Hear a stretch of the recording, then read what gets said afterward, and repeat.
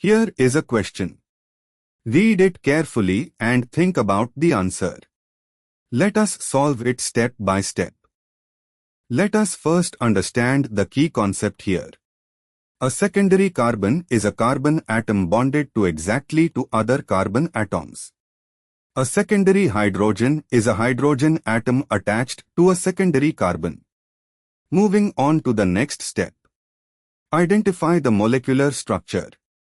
The skeletal structure shown is 2,3-dibromobutane, CH3CH, Br, CH3. Moving on to the next step. C1CH3 terminal bonded to one carbon primary carbon. C2CH Br bonded to C1 and C3 bonded to two carbons secondary carbon. C3CH Br bonded to C2 and C4 bonded to two carbons secondary carbon. C4CH3 terminal bonded to one carbon primary carbon. And for the final step, count secondary carbons. C2 and C3 are both secondary carbons to secondary carbons. Count secondary hydrogens.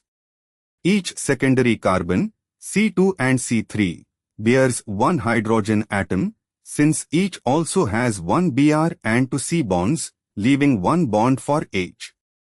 C2 has one H, C3 has one H. Total secondary hydrogens is equal to 1 plus 1 equals 2.